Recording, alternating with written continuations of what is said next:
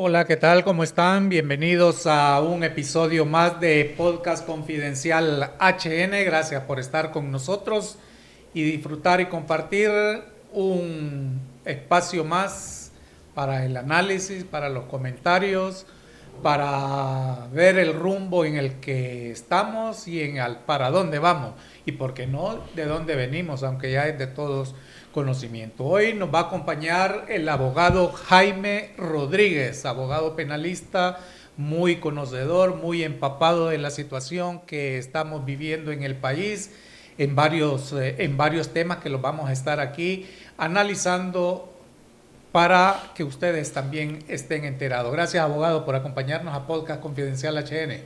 Gracias, muchas gracias por la invitación y es un privilegio compartir el día de hoy este espacio con su persona y bueno, analizar los temas que abaten a nuestra querida Honduras. 2 meses y un poquito más del nuevo gobierno del presidente Asfura y muchos ya están exigiendo resultados por las necesidades que tiene el país, por la situación que se está viviendo en el Medio Oriente, que tiene disparado el precio de los combustibles, el tema judicial en nuestro país, que sin duda alguna también eso contribuye a que nos quedemos estancados a nivel internacional y a nivel nacional. Empecemos por este tema jurídico nacional.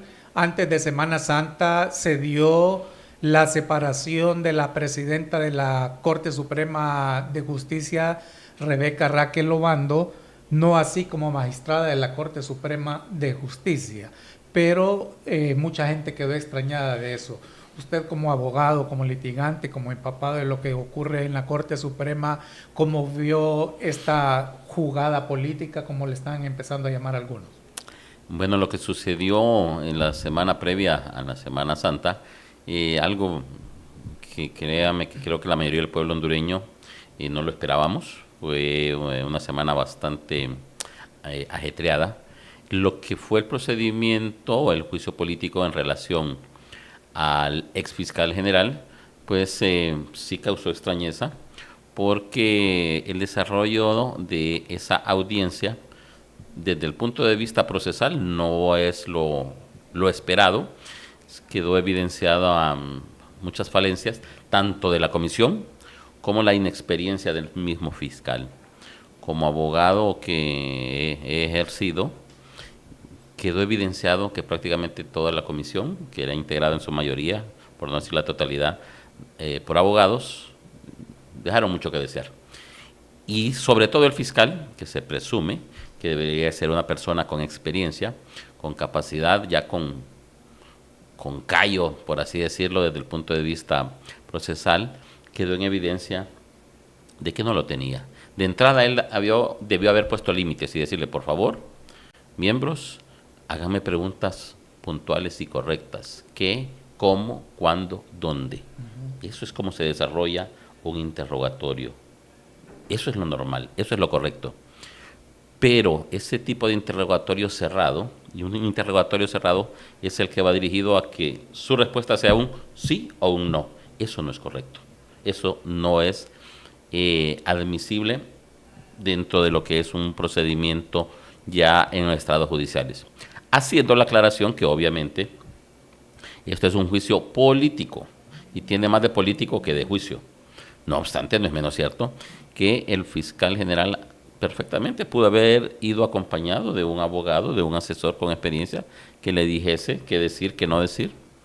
Y bueno, fue algo que él decidió no hacerlo. Creo que ahí un tanto el ego le falló, él creyó estar lo suficientemente capacitado para dar respuesta a las interrogantes que se le hiciesen y quedó demostrado que ante las preguntas que muchas veces fueron repetitivas, él terminó aceptando y siendo confeso en acciones que previamente había negado. ¿Como cuáles?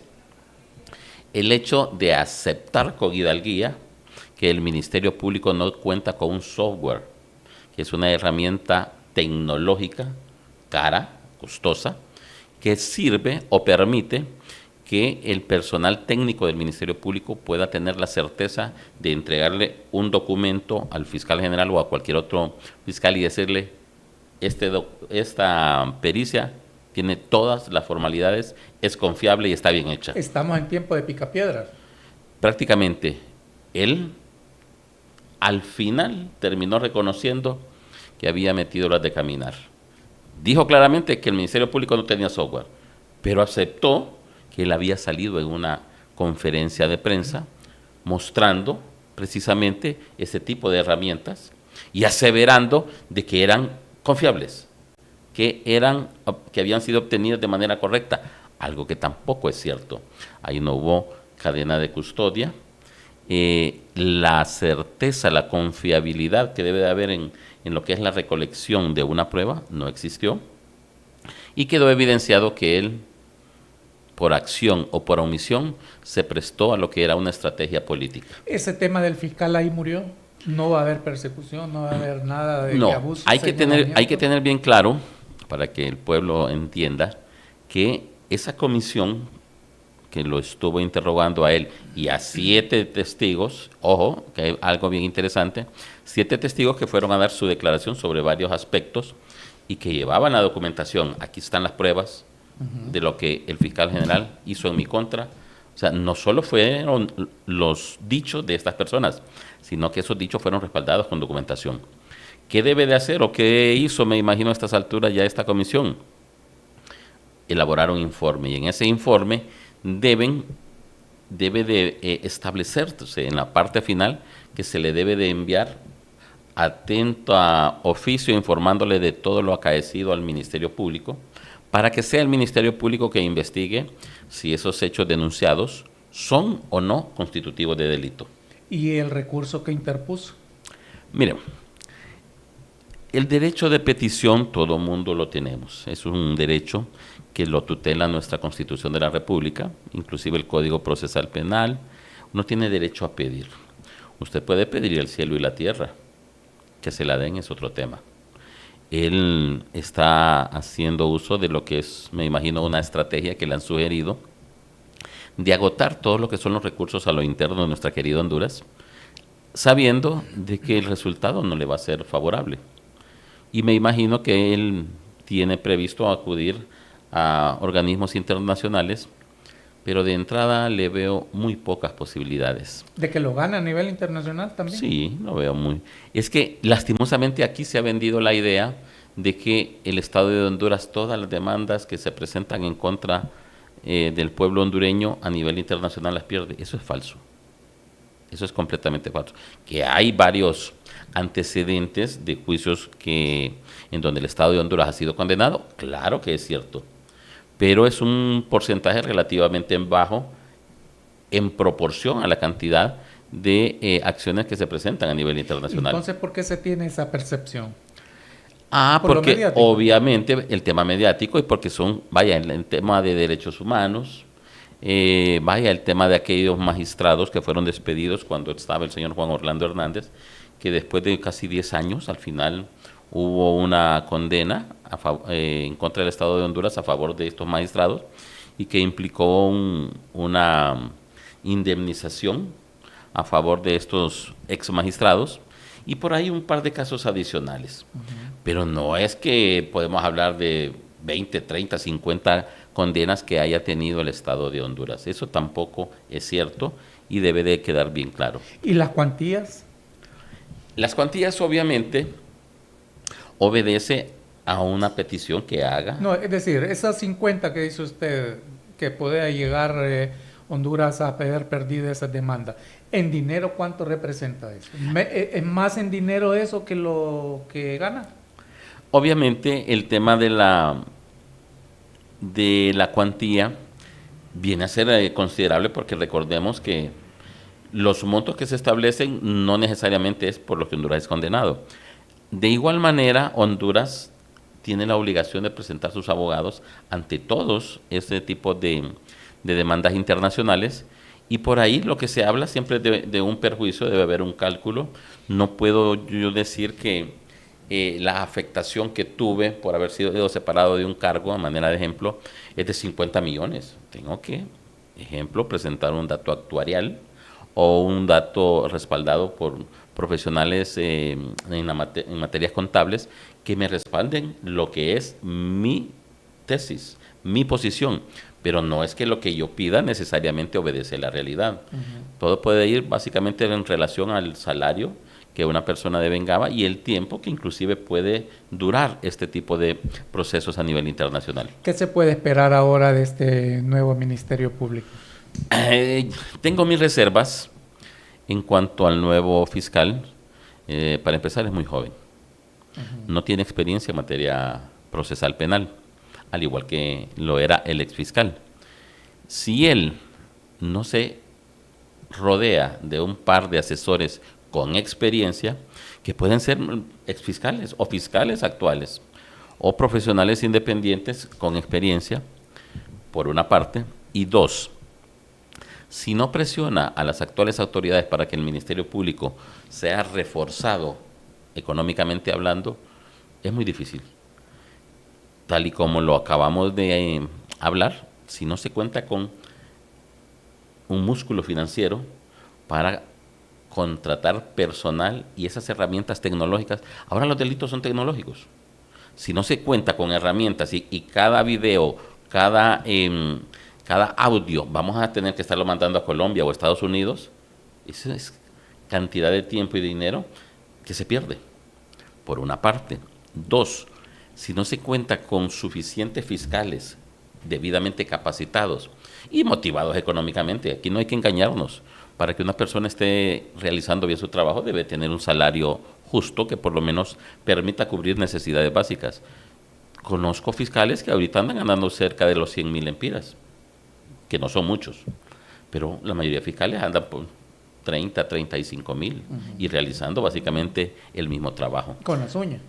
Básicamente con las uñas. Así que debe de haber una motivación económica para que los fiscales de experiencia no continúen en un éxodo, que lo hubo ahorita con el exfiscal. Una gran cantidad de fiscales, amigos míos, conocidos míos, estaban ya desesperados por irse. Y muchos se fueron porque el ambiente que consideraban que había no era el que ellos esperaban. A los presidentes de la República se ha acostumbrado a decir los primeros 100 días.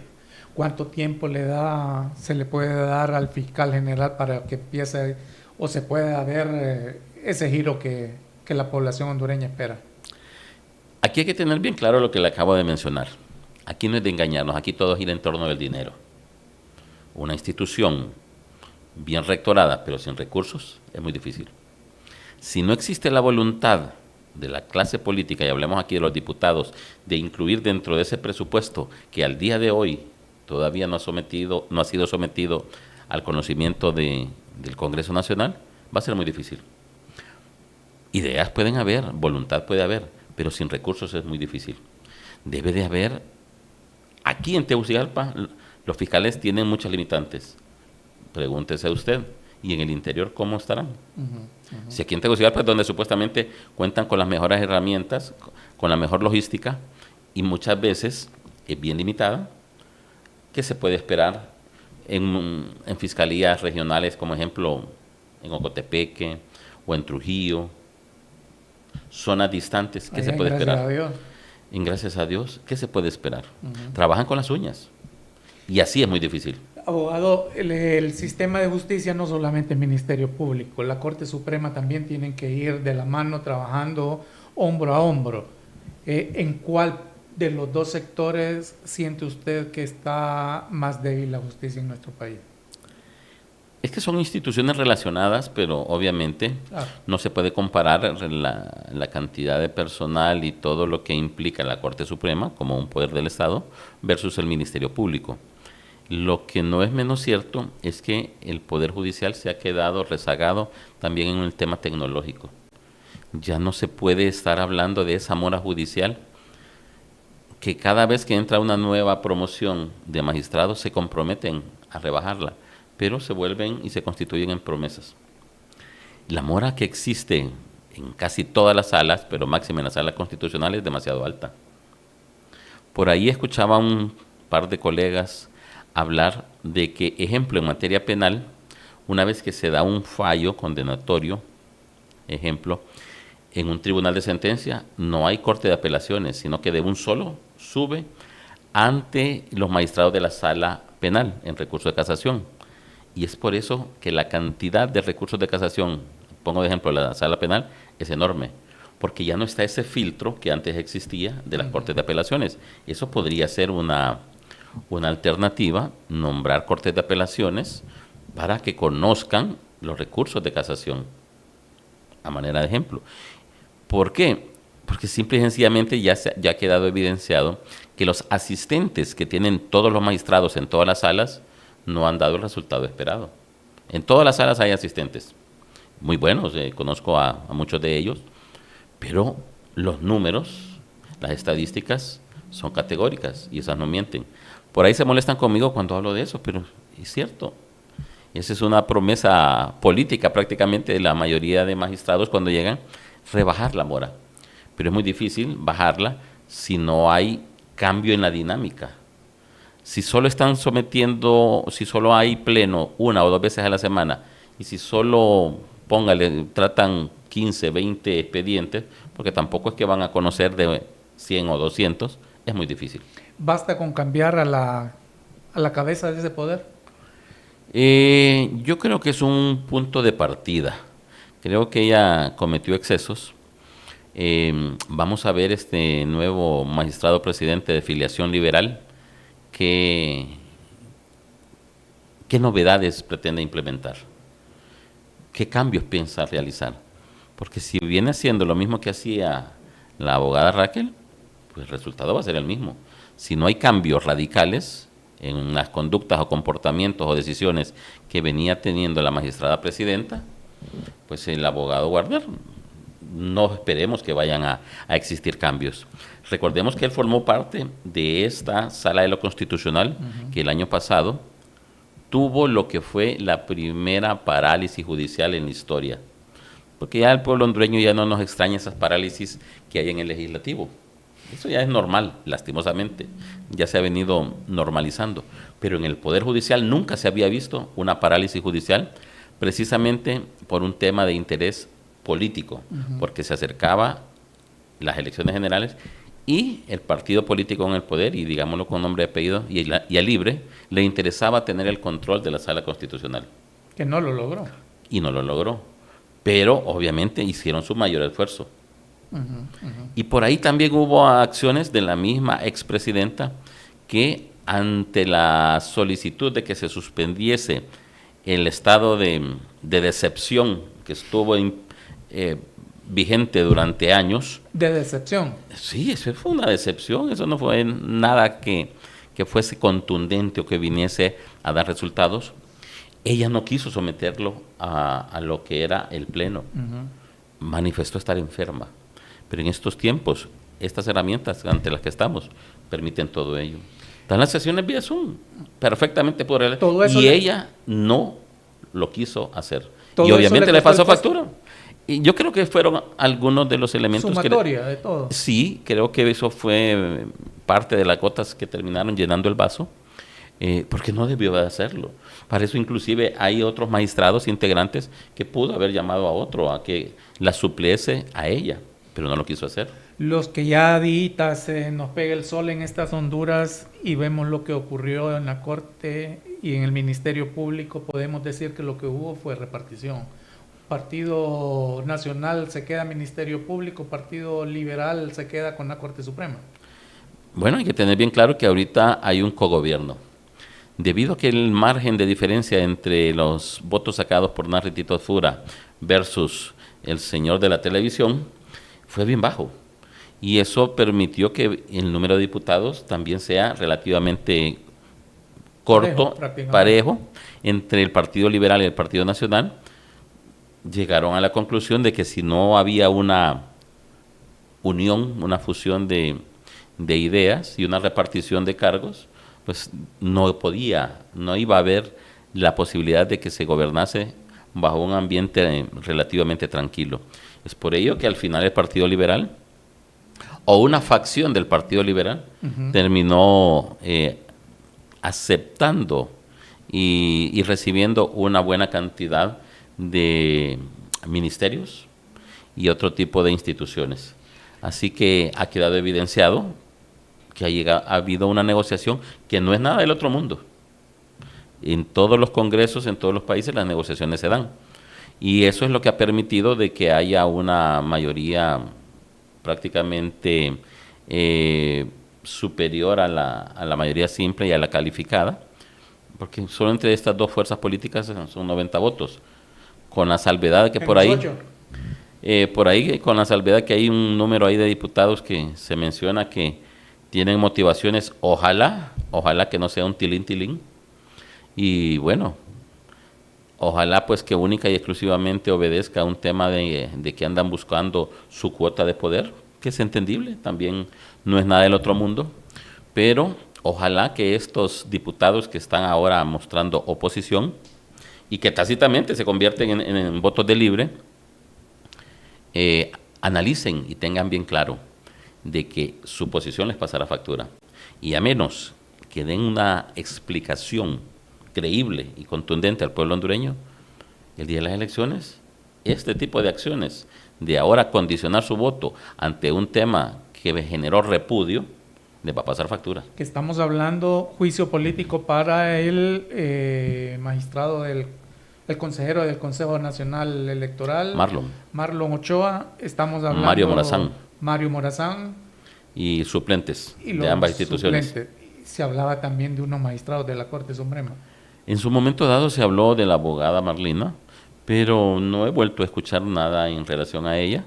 Básicamente se dirigieron todas las fuerzas en contra de la ex magistrada presidenta, y lastimosamente pues solo se inició lo que fue la lectura de la denuncia y de ahí fue suspendida el curso o la tramitación de este tema. ¿Qué va a pasar con eso? ¿Engavetarlo? Creo que el pueblo hondureño debe de saber qué se esconde, porque el que no la debe no la teme. Yo creo que ella debe haber salido al frente y decir, dígame qué he hecho mal y yo les demuestro que no hay nada de lo cual me pueda arrepentir. Eso es lo que hubiese hecho cualquier persona que no tiene ningún tipo de temor. ¿Le tuvo miedo a lo que había escrito ahí en esa denuncia? Pareciera. Subjetivamente es lo que uno puede llegar a entender, porque ella claramente había manifestado de que no iba a renunciar. Y ojo, esa nota, esa renuncia condicionada, porque al final ella renuncia, pero de manera condicionada.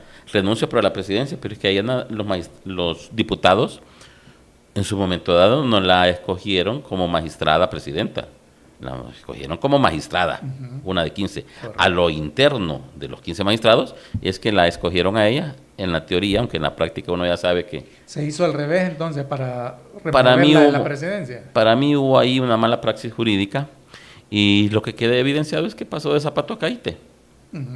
Porque después de tener el control, la titularidad de un poder del Estado, se volvió y se convirtió en una magistrada más. Aquí se podría entender que aceptó como un premio de consolación. ¿Qué factura, quién puede sufrir mayor las consecuencias? Si estos 8 diputados de la facción del Partido Liberal deciden no apoyar los juicios políticos que se supone quedan pendientes, o los que están a favor de que sí se lleve a cabo ese proceso. Yo creo que el tema es muy interesante. Creo que esto se debe de tratar y que quede evidenciado, que el pueblo hondureño vea quiénes de estos diputados afines a Narrala son los que al final están favoreciendo a Libre. Porque tomar esa posición, aquí no hay otra excusa, y es que tácitamente o expresamente están plegándose a Libre. Están ayudándole a Manuel Zelaya para que uno de sus peones, uno de sus delfines, no sea removido de su cargo. De forma directa o indirecta. Digo indirecta porque si ellos tienen, lo que están haciendo es presionar para obtener cargos de los miembros del partido del ingeniero Salvador Narrala, puede ser entendible. El asunto es que le estén haciendo el juego a Manuel Zelaya. Bueno, tengamos bien claro que Después de Juan Orlando Hernández, creo que Mel Zelaya es el personaje político que tiene más colmillo, más audacia y que de una u otra forma pues analiza las debilidades y fortalezas de lo que son sus contrincantes políticos. Y aquí el tema es divide y vencerás. Todo el mundo sabe de que los seguidores y fieles a Narrala son ese grupo de políticos que no han sido beneficiados con cargos en el actual gobierno y que por el contrario, pues afines a Calix y a Yanni Rosenthal son los que hasta el momento están siendo beneficiados con cargos en lo que es este cogobierno. Así que creo que es una muy mala medición que está realizando este grupo de diputados afines a Narrala y que no tengo la menor duda que les terminará pasando factura, ya que aunque lo nieguen, en el fondo están beneficiando a Libre. Empezó ya la campaña política para el próximo periodo 2030. Yo creo que sí, creo que... A 2 meses del presidente Asfura, que ni siquiera se ha acomodado bien en la silla. Hay que tener bien claro que aquí la clase política no descansa. Aquí todo tema se politiza, desgraciadamente. Por eso encontramos muchos políticos que opinan sobre todas las temáticas que van teniendo relevancia dependiendo del momento coyuntural.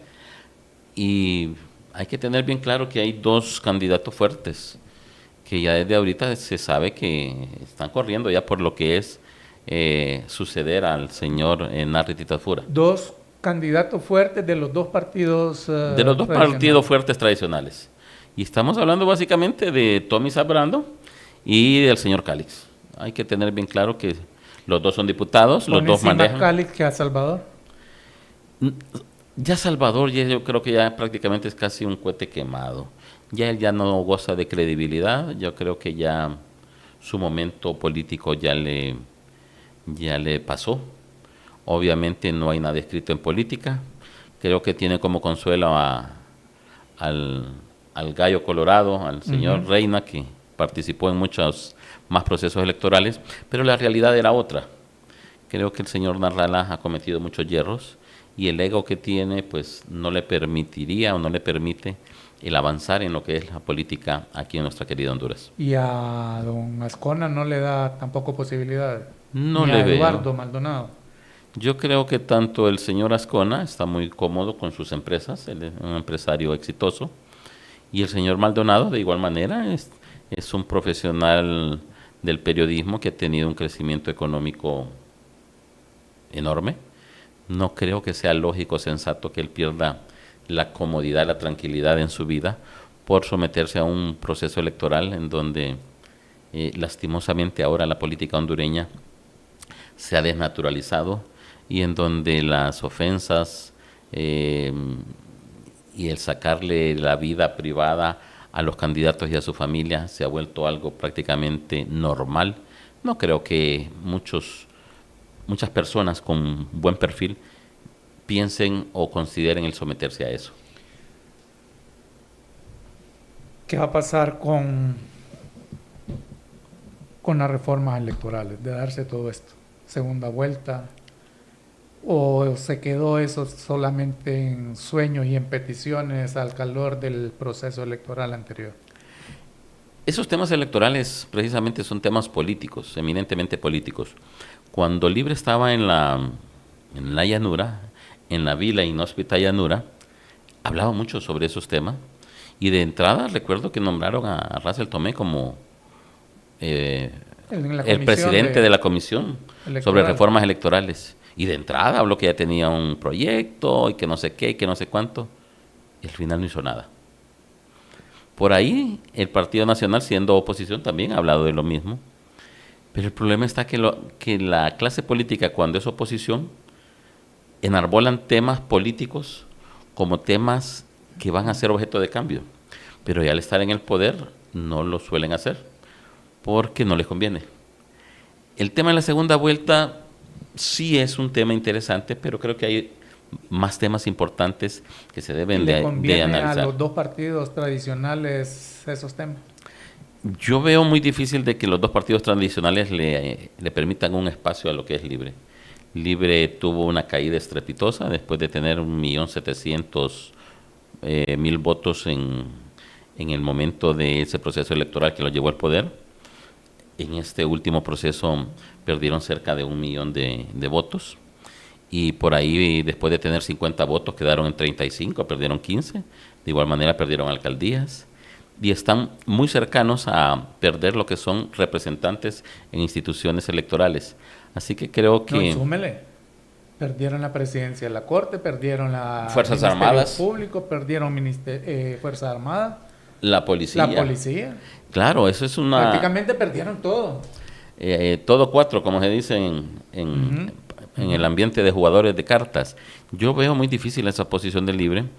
Y para mí hay un tema que la vez pasada se estuvo mencionando. Lo que sí se debería considerar es el cierre de muchas instituciones electorales que solo tienen una vigencia corta de 1 año y medio, 2 años. Y hablo puntualmente de lo que es el Tribunal de Justicia Electoral. Y a estas alturas ya los recursos ya se presentaron. ¿Qué van a hacer todo ese personal?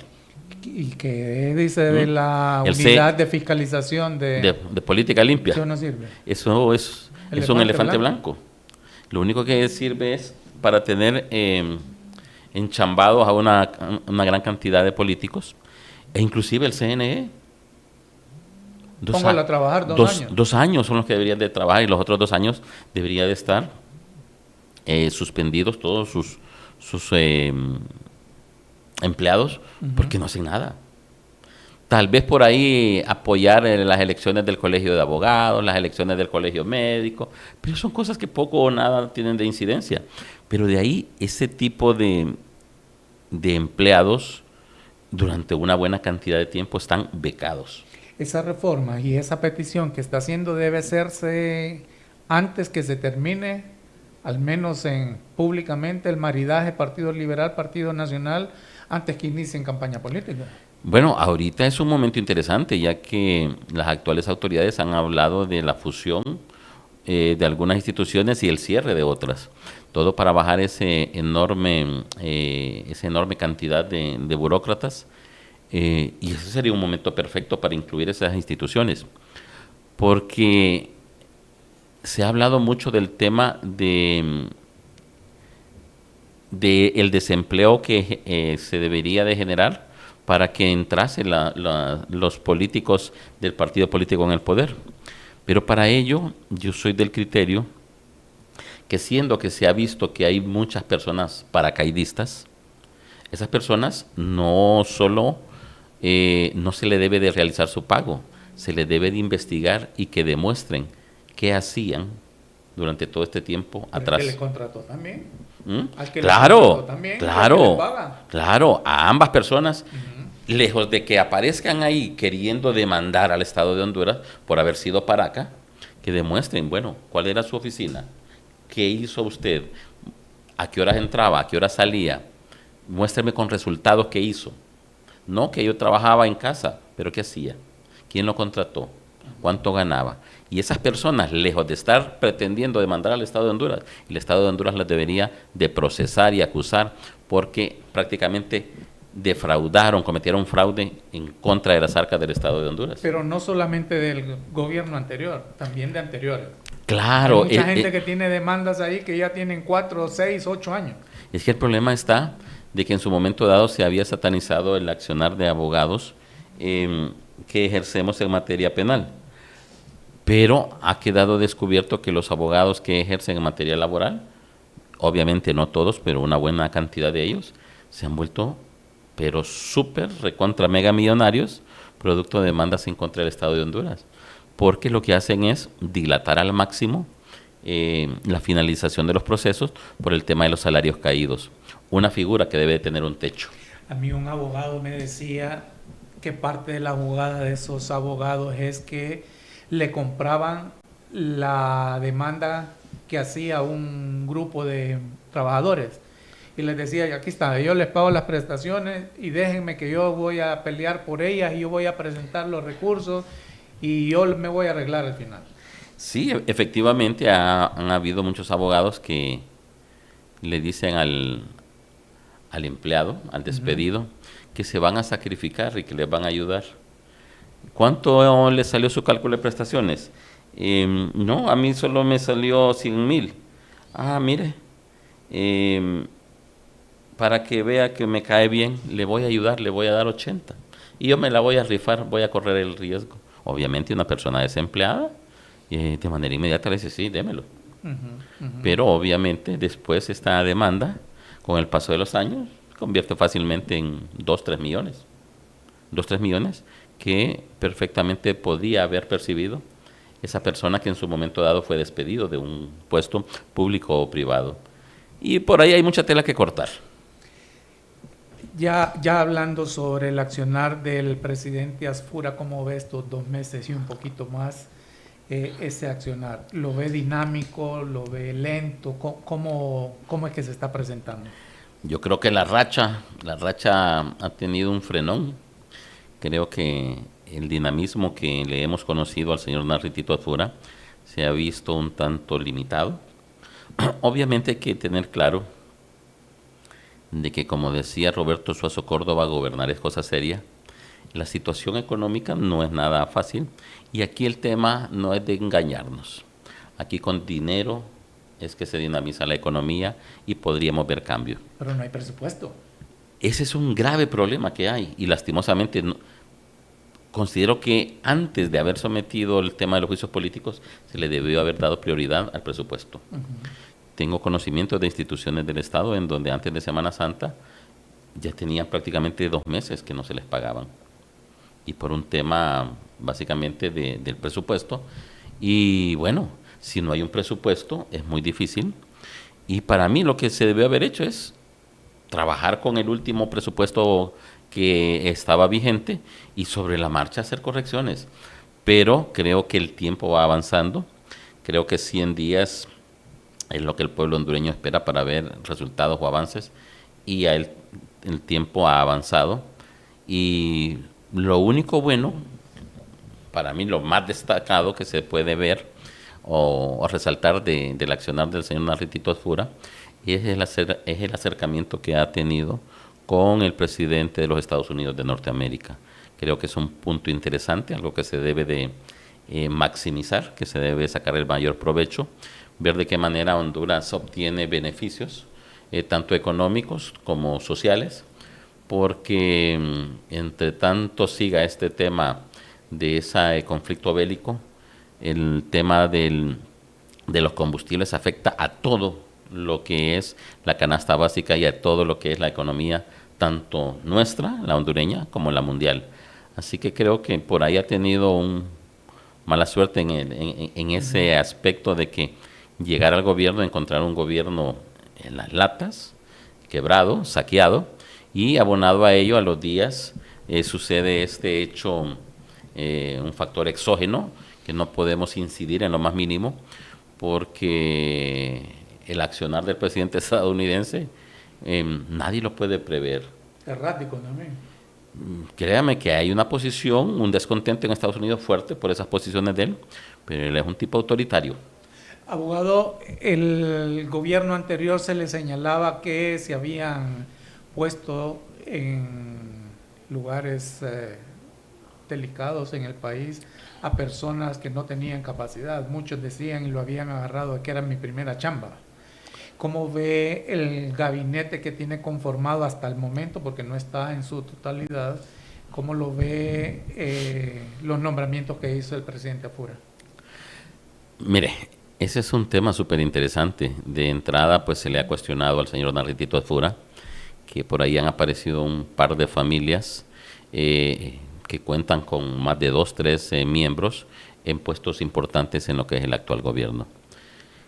Creo que lo que es más reprochable es que el encargado de la comunicación, de la prensa de este gobierno, no muestre la hoja de vida de estas personas, que si fueron nombradas es porque supuestamente tienen una hoja de vida que los respalda. Para mí, en mi criterio personal, si yo soy nombrado en un cargo, en un alto cargo, y tengo un familiar que tiene un excelente currículum, una hoja de vida inmejorable, ¿por qué va a ser él limitado a que pueda optar un cargo público? Repito, siempre y cuando tenga esa capacidad.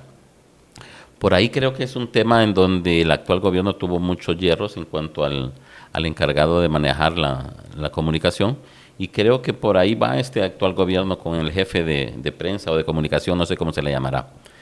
Y lo que ha llamado la atención y molestado a toda el pueblo hondureño es el último nombramiento de un caballero, eh, que ayer nos hacíamos la pregunta con un grupo de amigos: ¿le podrá asesorar en materia de salud? No, decía otro amigo, yo creo que es en materia de tecnología.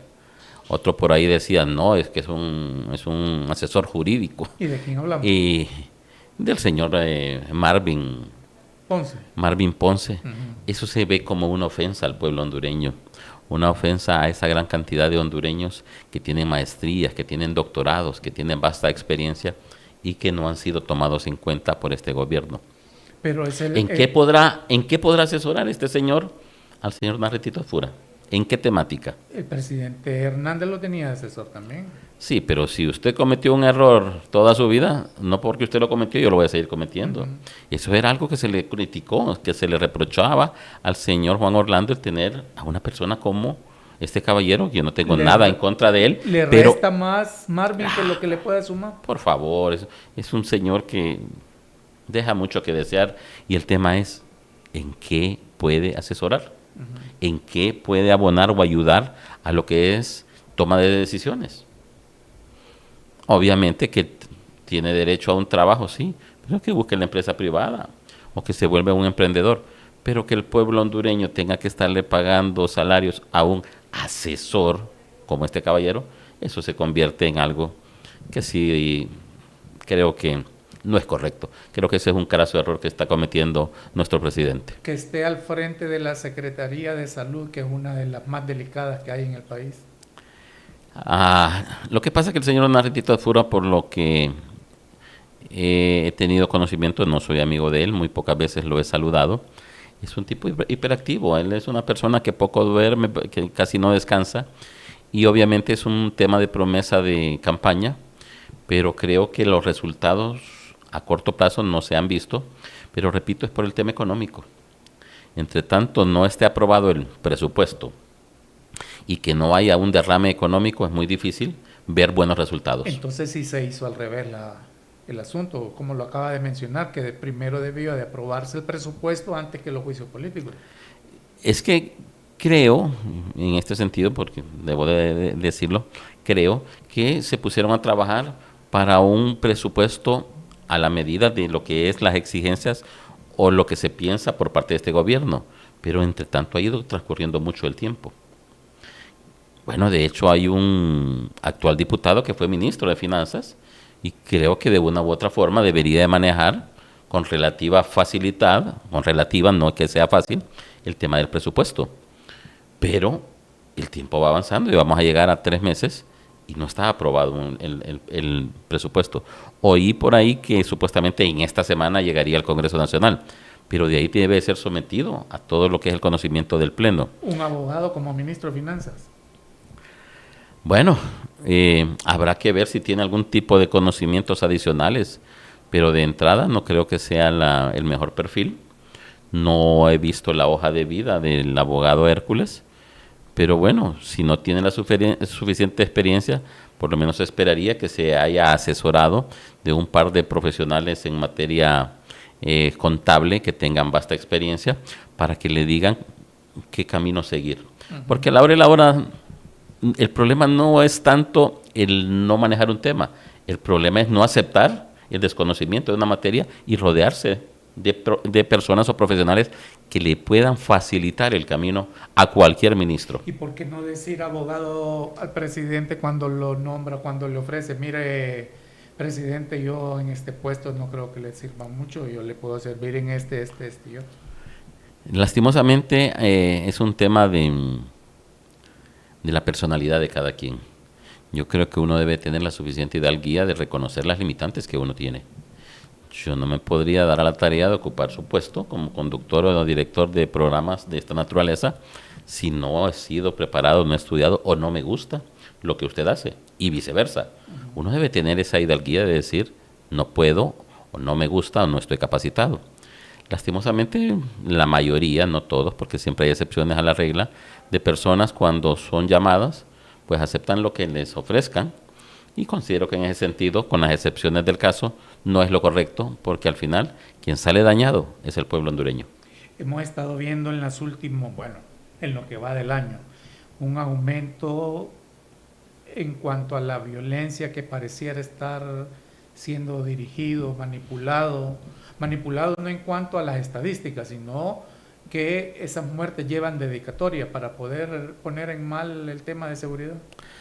Bueno, el tema de la inseguridad, de las muertes violentas, de las masacres, aunque ahora se le El tema de las pretenda, mujeres también. aunque ahora le pretenda maquillar con un nombre más sofisticado a las masacres, las muertes múltiples o algo por el estilo, eso es algo que debe de ser atacado frontalmente.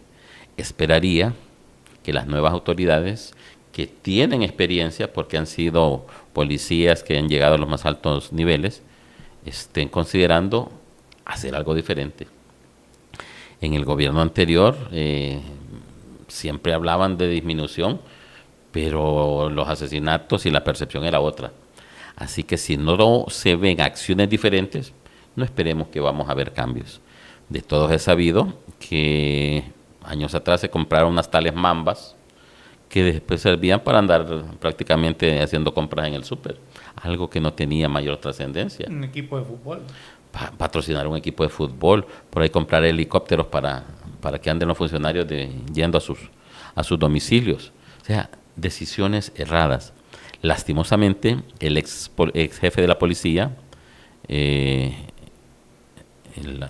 policía y abogado Manuel, ¿cuál era el apellido de Manuel? Bueno, se me olvida el nombre, hasta que iba saliendo de su cargo, reconoció ante los medios de comunicación de que la situación económica que estaban atravesando en la policía era súper precaria, que estaban haciendo ajustadías para con una pistola vieja medio arreglar otra más vieja y viceversa, que las condiciones de las recámaras, cerca del proceso electoral se pusieron en huelga porque no les habían pagado su sueldo. Entonces, sí, pero son las cuestiones que uno asumía de que estaban bien, que contaban con toda la logística. Pero venirlo a decir ya hasta que van de salida de sus puestos es lo que causa un poco de malestar, porque debió haberlo dicho con suficiente antelación, pero como lastimosamente el tema político también se llegó a introducir en lo que es la institución policial, son las cosas que vemos y que ojalá de que hayan cambios, porque es necesario de que ese tema del respeto al quien ha sido el líder de las promociones, tanto del ejército como de la policía, se respete. Es inconcebible de que se estén nombrando como jefe de las Fuerzas Armadas a personas que no fueron el macho alfa o el líder de su promoción, como antes lo hacían. Que si, ejemplo, le toca a la promoción 16 asumir el poder o el cargo como jefe de las Fuerzas Armadas, y se salten la 16 y la 17 y nombren a alguien de la 18 promoción, a manera de ejemplo. Eso no puede seguirse dando. Y que la mejor nota, el mejor de la promoción, no sea el jefe de la Fuerza Armada, sino que sea de los últimos, por no decir el último de la promoción, quien sea el jefe, por ser el más político. Eso no puede seguirse dando. Y a eso súmele la parte política a la que se han metido en los últimos años, que más parecen activistas que miembros del ejército. Bueno, si usted se fija y el pueblo hondureño hace un poco de memoria, los dos últimos jefes de las Fuerzas Armadas terminaron siendo empleados del gobierno de Libre. Uno en Copeco, el que estuvo antes de ¿cómo se llama?, del último ministro, y el último quedó como sustituyendo a la expresidenciable Rixi Moncada como ministro de Defensa. ¿Qué demuestra ello?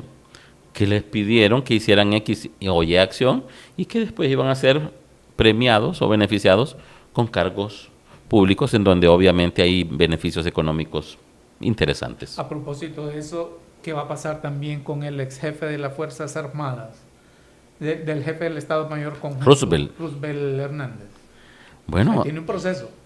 Roosevelt Hernández es un particular como usted y como yo. Contra él ya no procede nada que tenga que ver con el juicio político porque ya no es miembro de las Fuerzas Armadas. Él ya está en la honrosa situación de retiro, aunque estoy casi seguro que los oficiales en situación de retiro más antiguos que él tienen un concepto no muy bueno de este caballero y de quien le antecedió también.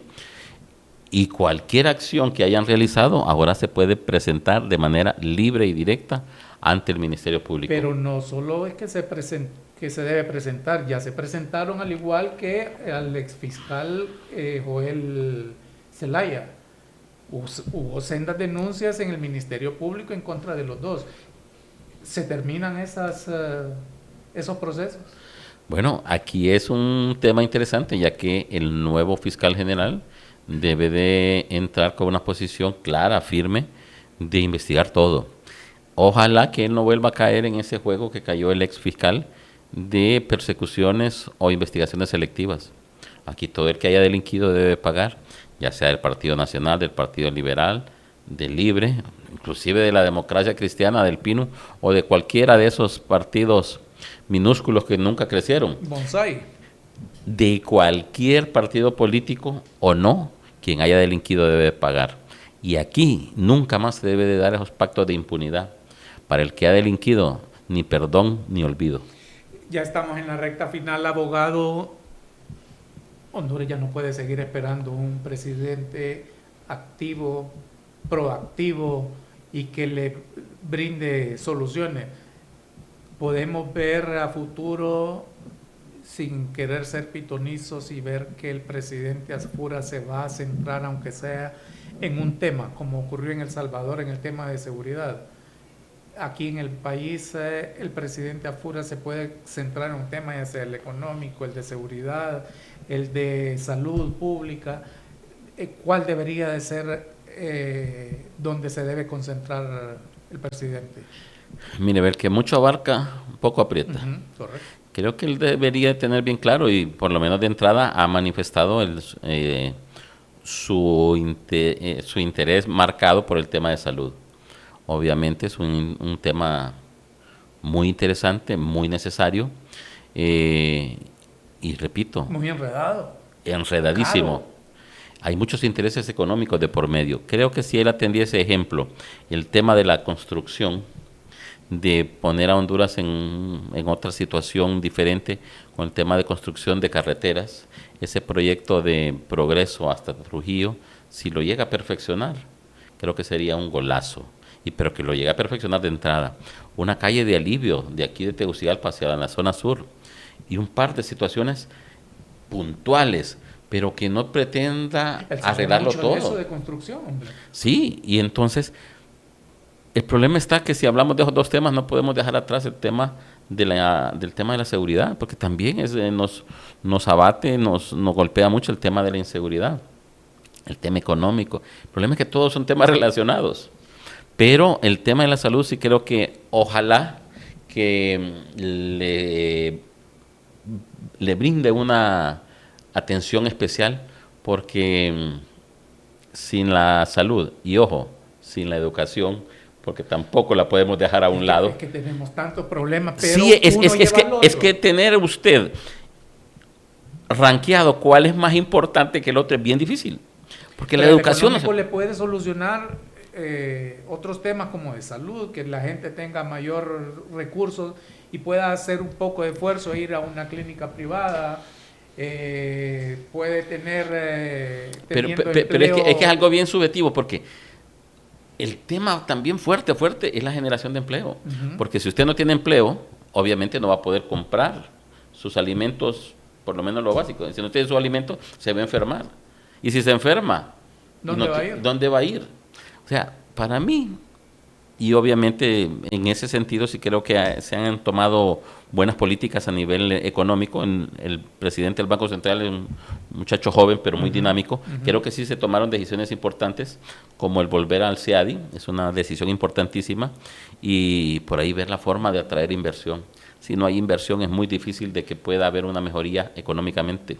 Creo que y lo dijo usted hace poco, la relación que tiene con el presidente de Estados Unidos, creo que se ha dado un buen paso, y a 2 meses es la relación con la comunidad internacional.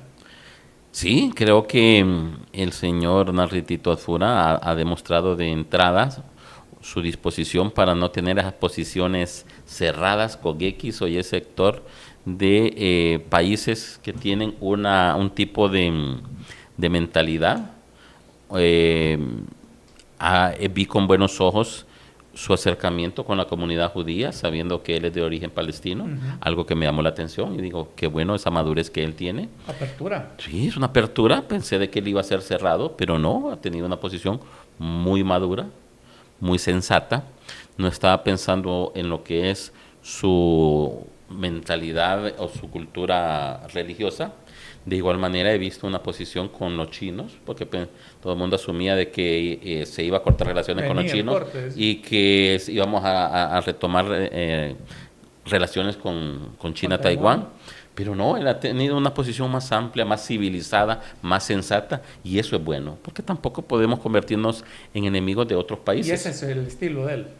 Y eso es muy bueno. Confrontación. No confrontación, él es una persona muy llamada al diálogo, muy trabajador, pero repito, entre tanto no se vea fortalecido el músculo financiero de este gobierno, los avances serán muy, pero muy pocos.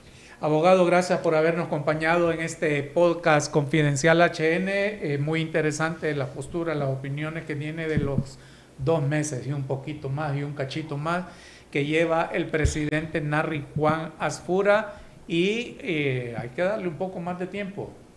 Le va bien al gobierno de la República, independientemente cómo se llame el que esté al frente, le va bien a los hondureños. Le va mal a cualquier presidente que esté sentado. Nos va mal a todos. Nos va mal a todos. Así es que gracias por habernos acompañado. Siempre un placer. Que haya sido de su completo agrado, al igual que todos los que nos están viendo y escuchando a través de Podcast Confidencial HN, interpretando la noticia. Gracias.